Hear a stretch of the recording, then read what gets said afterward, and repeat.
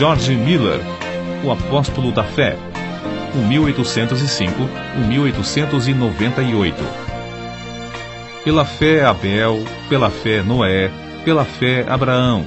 Assim é que o Espírito Santo conta as incríveis proezas que Deus fez por intermédio dos homens que ousavam confiar unicamente nele. Foi no século XIX que Deus acrescentou o seguinte a essa lista. Pela fé, George Miller levantou orfanatos, alimentou milhares de órfãos, pregou a milhões de ouvintes em redor do globo e ganhou multidões de almas para Cristo. George Miller nasceu em 1805 de pais que não conheciam a Deus. Com a idade de 10 anos, foi enviado a uma universidade a fim de preparar-se para pregar o Evangelho. Não, porém, com o alvo de servir a Deus, mas para ter uma vida cômoda. Gastou esses primeiros anos de estudo nos mais desenfreados vícios, chegando, certa vez, a ser preso por 24 dias. Jorge, uma vez solto, esforçava-se nos estudos, levantando-se às 4 horas da manhã, e estudando o dia inteiro até às 10 da noite. Tudo isso, porém, ele fazia para alcançar uma vida descansada de pregador. Aos 20 anos de idade, contudo, houve uma completa transformação na vida desse moço. Assistiu a um culto onde os crentes, de joelhos, pediam que Deus fizesse cair sua bênção sobre a reunião. Nunca se esqueceu desse culto, pois viu, pela primeira vez, crentes orando ajoelhados. Ficou tão profundamente comovido com o ambiente espiritual que passou a buscar também a presença de Deus, costume esse que não abandonou durante o resto da vida. Foi nesses dias, depois de sentir-se chamado para ser missionário, que se hospedou durante 2 meses no famoso orfanato de A. H. Frank. Apesar de esse fervoroso servo de Deus, o Sr. Frank, ter morrido quase 100 anos antes, em 1727, o seu orfanato continuava a funcionar com as mesmas regras de confiar inteiramente em Deus para todo sustento. Mais ou menos ao mesmo tempo em que George Miller hospedou-se no orfanato um certo dentista, o Sr. Graves. Ele havia abandonado suas atividades, que lhe rendiam um salário de $7.500 por ano, a fim de ser missionário na Pérsia, confiando só nas promessas de Deus para suprir todo o seu sustento. Foi assim que George Miller, o novo pregador, recebeu nessa visita a inspiração que o levou mais tarde a fundar seu orfanato sobre os mesmos princípios. Logo depois de abandonar sua vida de vícios para andar com Deus, chegou a reconhecer o erro, mais ou menos universal, de ler muito acerca da Bíblia e quase nada da Bíblia. Esse livro tornou-se a fonte de toda a sua inspiração e o segredo do seu maravilhoso crescimento espiritual. Ele mesmo escreveu: O Senhor me ajudou a abandonar os comentários e a usar a simples leitura da Palavra de Deus como meditação. O resultado foi que, quando a primeira noite fechei a porta do meu quarto para orar e meditar sobre as Escrituras, aprendi mais em poucas horas do que antes durante alguns meses. A maior diferença, porém, foi que recebi, assim, força verdadeira para a minha alma. Antes de falecer, disse que lera a Bíblia inteira cerca de 200 vezes. 100 vezes o fez estando de joelhos. Quando estava ainda no seminário, após os cultos domésticos realizados à noite com os outros alunos, frequentemente continuava orando até a meia-noite. De manhã, ao acordar, chamava-os de novo para a oração às 6 horas. Certo pregador, pouco tempo antes da morte de George Miller, perguntou-lhe se orava muito. A resposta foi esta: algumas horas todos os dias, e ainda vivo no espírito de oração. Oro enquanto ando, enquanto deitado e quando me levanto. Estou constantemente recebendo respostas. Uma vez persuadido de que certa coisa é justa, continuo a orar até receber. Nunca deixo de orar. Milhares de almas têm sido salvas em resposta às minhas orações. Espero encontrar dezenas de milhares delas no céu. O grande ponto é nunca cansar de orar antes de receber a resposta. Tenho orado 52 anos, diariamente, por 2 homens, filhos de um amigo da minha mocidade. Não são ainda convertidos, porém, espero que o venham a ser. Como pode ser de outra forma? Há promessas inabaláveis de Deus e sobre elas eu descanso. Não muito antes de seu casamento, não se sentia bem com o costume de receber salário fixo, preferindo confiar em Deus em vez de confiar nas promessas dos irmãos. Deu sobre isso as 3 seguintes razões. Primeira, um salário significa uma importância designada, geralmente adquirida do aluguel dos bancos. Mas a vontade de Deus não é alugar bancos. Tiago, capítulo 2, versículos 1 ao 6. Segunda, o preço fixo de um assento na igreja, às vezes, é pesado demais para alguns filhos de Deus, e não quero colocar o menor obstáculo no caminho do progresso espiritual da igreja. Terceira, toda a ideia de alugar os assentos e ter salário torna-se tropeço para o pregador, levando-o a trabalhar mais pelo dinheiro do que por razões espirituais. George Miller achava quase impossível ajuntar e guardar dinheiro para qualquer imprevisto e não ir direto a Deus. Dizia que assim o crente confia no dinheiro em caixa, em vez de confiar em Deus. Um mês depois de seu casamento, colocou uma caixa no salão de cultos e anunciou que podiam deitar lá as ofertas para o seu sustento, e que, daí em diante, não pediria mais nada, nem a seus amados irmãos, porque, como ele disse, sem me aperceber, tenho sido levado a confiar em braços de carne, mas o melhor é ir diretamente ao Senhor. O primeiro ano findou com grande triunfo, e George Miller disse aos irmãos que, apesar da pouca fé ao começar, o Senhor tinha ricamente suprido todas as suas necessidades materiais.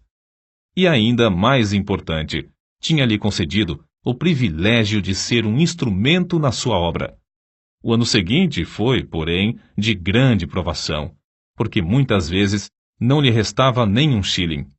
E George Miller acrescentava que, no momento próprio, a sua fé sempre foi recompensada com a chegada de dinheiro ou alimentos.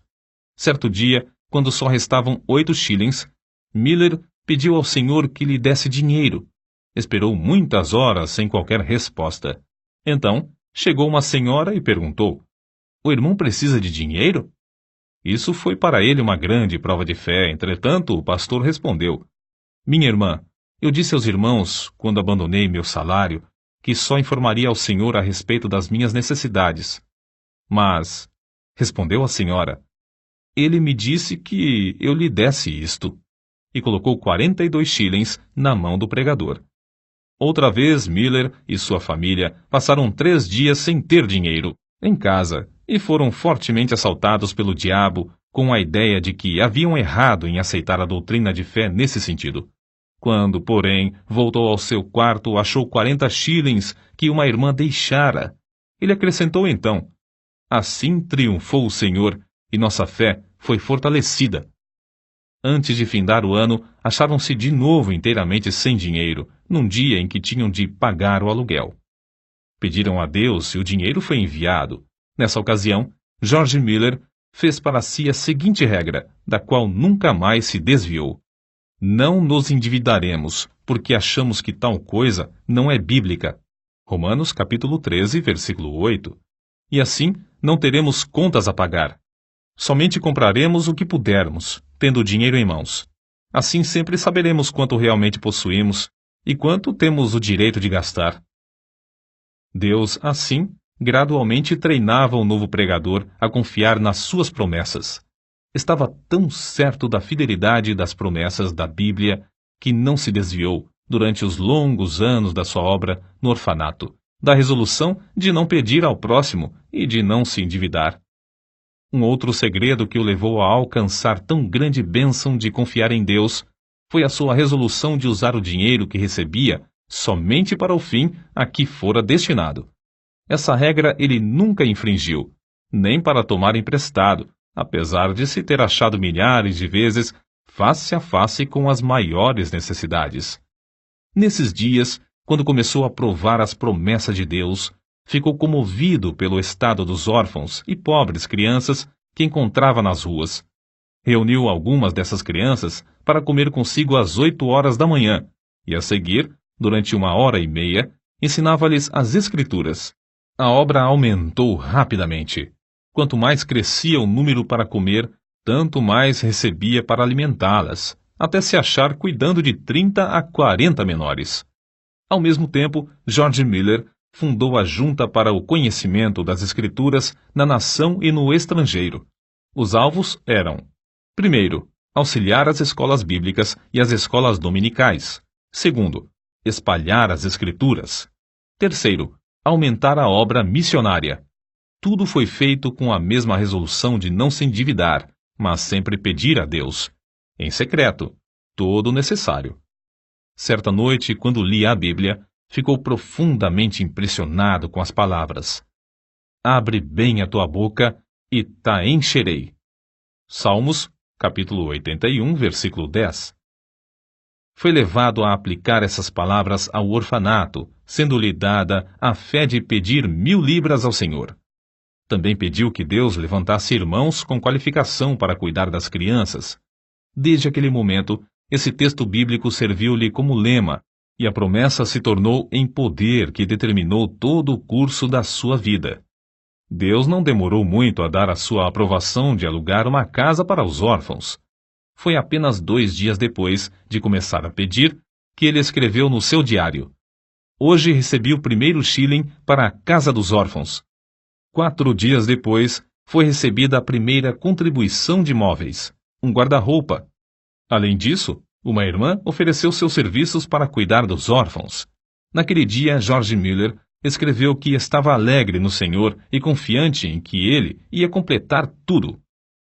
No dia seguinte, George Miller recebeu uma carta com estas palavras: Oferecemo-nos para o serviço do orfanato se o irmão achar que temos as qualificações. Oferecemos também todos os móveis, etc., que o Senhor nos tem dado. Faremos tudo isso sem qualquer salário, crendo que, se for a vontade do Senhor usar-nos, Ele suprirá todas as nossas necessidades. Desde aquele dia nunca faltaram no orfanato auxiliares alegres e devotados, apesar de a obra aumentar mais depressa do que George Miller esperava. 3 meses depois, finalmente conseguiu alugar uma grande casa e anunciou a data da inauguração do orfanato para o sexo feminino. No dia da inauguração, porém, ficou desapontado. Nenhuma órfã foi recebida. Somente depois de chegar à casa é que se lembrou de que não as tinha pedido. Naquela noite humilhou-se, rogando a Deus o que anelava. Ganhou a vitória de novo, pois veio uma órfã no dia seguinte. 42 pediram entrada antes de findar o mês, sendo que já havia 26 no orfanato. Durante o ano, houve grandes e repetidas provas de fé.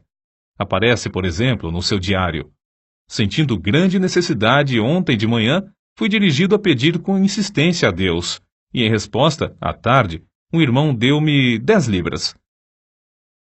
Muitos anos antes da sua morte, afirmou que até aquela data tinha recebido da mesma forma 5.000 vezes a resposta, sempre no mesmo dia em que fazia o pedido. Era seu costume, e recomendava também aos irmãos, manter um livro onde, numa página, assentava seu pedido com a data em que fora feito, e no lado oposto, a data em que recebera a resposta. Dessa maneira, foi levado a desejar respostas concretas aos seus pedidos, sem que houvesse dúvida acerca dessas respostas. Com o aumento do orfanato e do serviço de pastorear os 400 membros de sua igreja, George Miller achou-se demasiadamente ocupado para orar. Foi nesse mesmo tempo que chegou a reconhecer que o crente podia fazer mais em 4 horas, depois de uma em oração, do que em 5 sem oração. Essa regra ele a observou fielmente durante 60 anos. Quando alugou a segunda casa para os órfãos do sexo masculino, disse: ao orar, estava lembrado de que pedia a Deus o que parecia impossível receber dos irmãos, mas que não era demasiado para o Senhor conceder. Ele orava com 90 pessoas sentadas às mesas. Senhor, olha para as necessidades de teu servo. Essa foi uma oração a que Deus abundantemente respondeu. Antes de morrer, testificou que, pela fé, alimentava 2.000 órfãos, sendo que nenhuma refeição se fez com atraso de mais de 30 minutos. Muitas pessoas perguntavam a George Miller como ele conseguia saber a vontade de Deus, pois não fazia nada sem primeiro ter a certeza de que era da vontade do Senhor. Ele respondia: Procuro manter o coração em tal estado que ele não tenha qualquer vontade própria no caso. De 10 problemas, já temos a solução de 9, quando conseguimos ter um coração entregue para fazer a vontade do Senhor, seja essa qual for. Quando chegamos verdadeiramente a tal ponto, estamos quase sempre perto de saber qual é a sua vontade. Tenho o coração entregue para fazer a vontade do Senhor. Não deixo o resultado ao mero sentimento ou a uma simples impressão.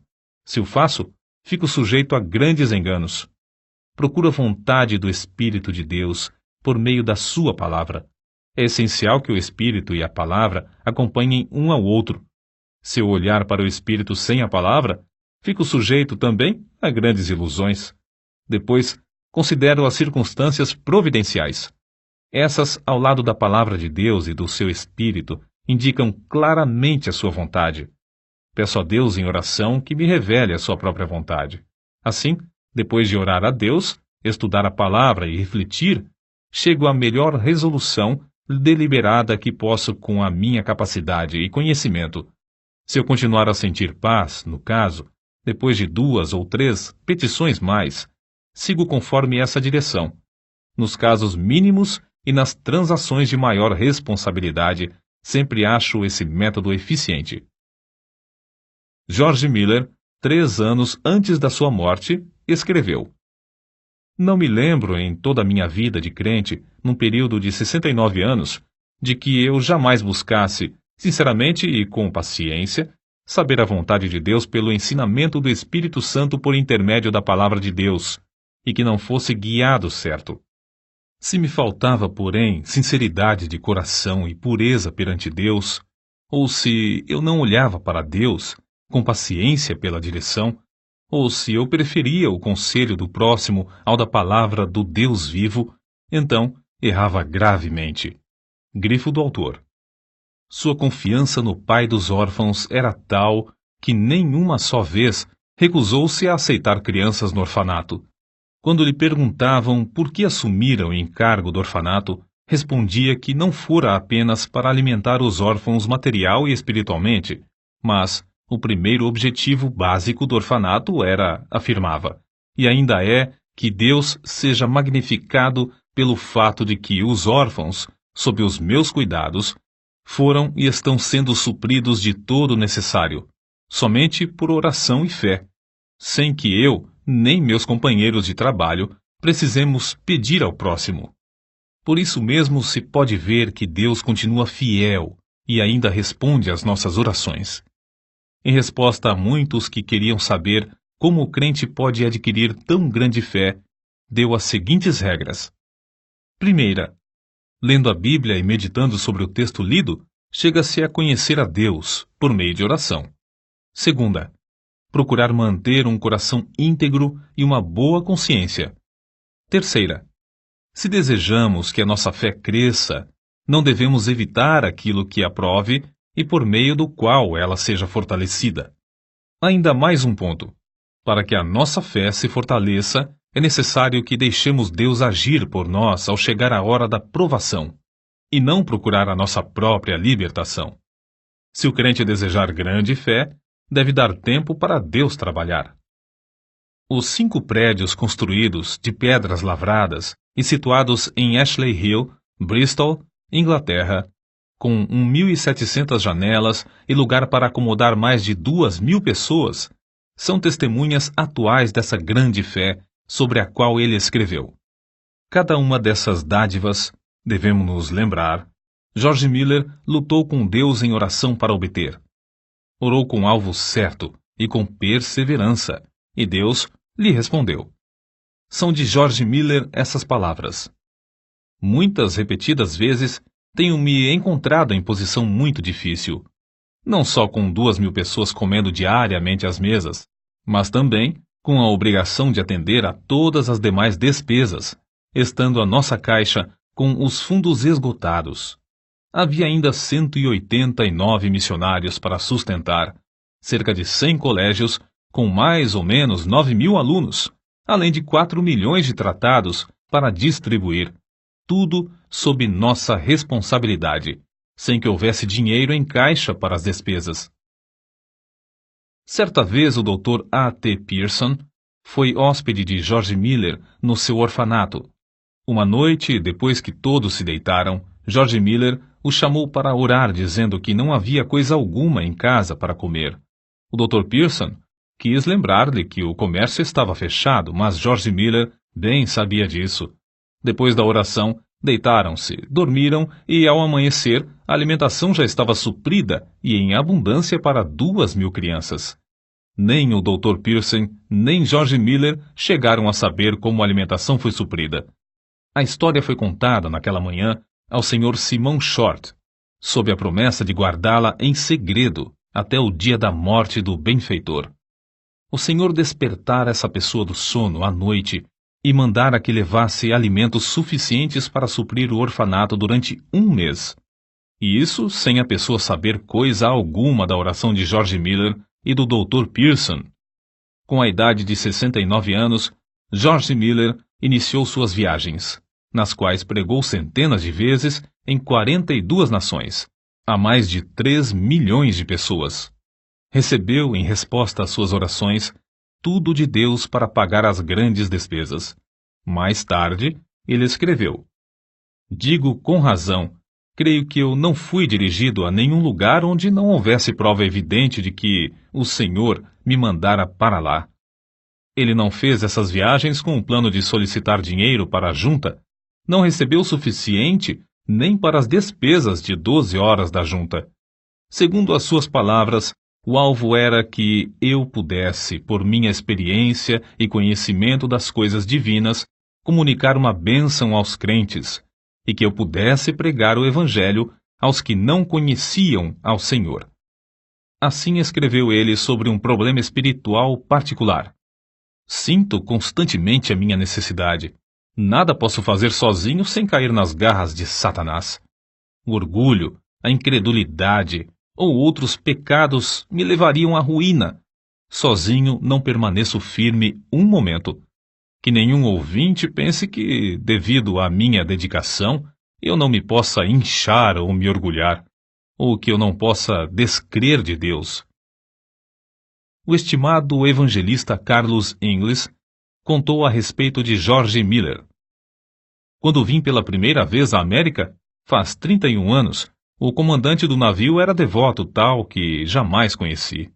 Quando nos aproximamos da Terra Nova, ele me disse: 'Sr. Ingles, a última vez que passei aqui, há 5 semanas, aconteceu uma coisa tão extraordinária que foi a causa de uma transformação de toda a minha vida de crente. Até aquele tempo, eu era um crente comum. Havia a bordo um homem de Deus, o Sr. George Miller, de Bristol. Eu tinha passado 22 horas sem me afastar da ponte de comando, nem por um momento, quando fui assustado por alguém que me tocou no ombro. Era o Sr. George Miller. Houve então entre nós o seguinte diálogo: 'Comandante', disse o Sr. Miller, 'vim dizer-lhe que tenho de estar em Quebec no sábado à tarde.' Era quarta-feira. 'Impossível', respondi. 'Pois bem, se seu navio não pode levar-me, Deus achará outro meio de transporte. Durante 57 anos nunca deixei de estar no lugar à hora em que me achava comprometido. Teria muito prazer em ajudá-lo, mas o que posso fazer? Não há meios. Vamos aqui dentro para orar', sugeriu Miller. Olhei para aquele homem e disse a mim mesmo: de qual casa de doidos escapou este? Nunca eu ouvira alguém falar desse modo. Sr. Miller, veja como é espessa essa neblina. Não, respondeu ele. Os meus olhos não estão na neblina, mas no Deus vivo que governa todas as circunstâncias da minha vida. O Sr. Miller caiu de joelhos e orou da forma mais simples possível. Eu pensei, é uma oração como a de uma criança de 8 ou 9 anos. Foi mais ou menos assim que ele orou. Ó Senhor, se for da tua vontade, retira esta neblina dentro de 5 minutos. Sabes como me comprometi a estar em Quebec no sábado. Creio ser isto a tua vontade. Quando findou, eu queria orar também, mas o Sr. Miller pôs a sua mão no meu ombro e pediu que não o fizesse, dizendo: Comandante, primeiro, o senhor não crê que Deus faça isso, e, em segundo lugar, eu creio que ele já o fez.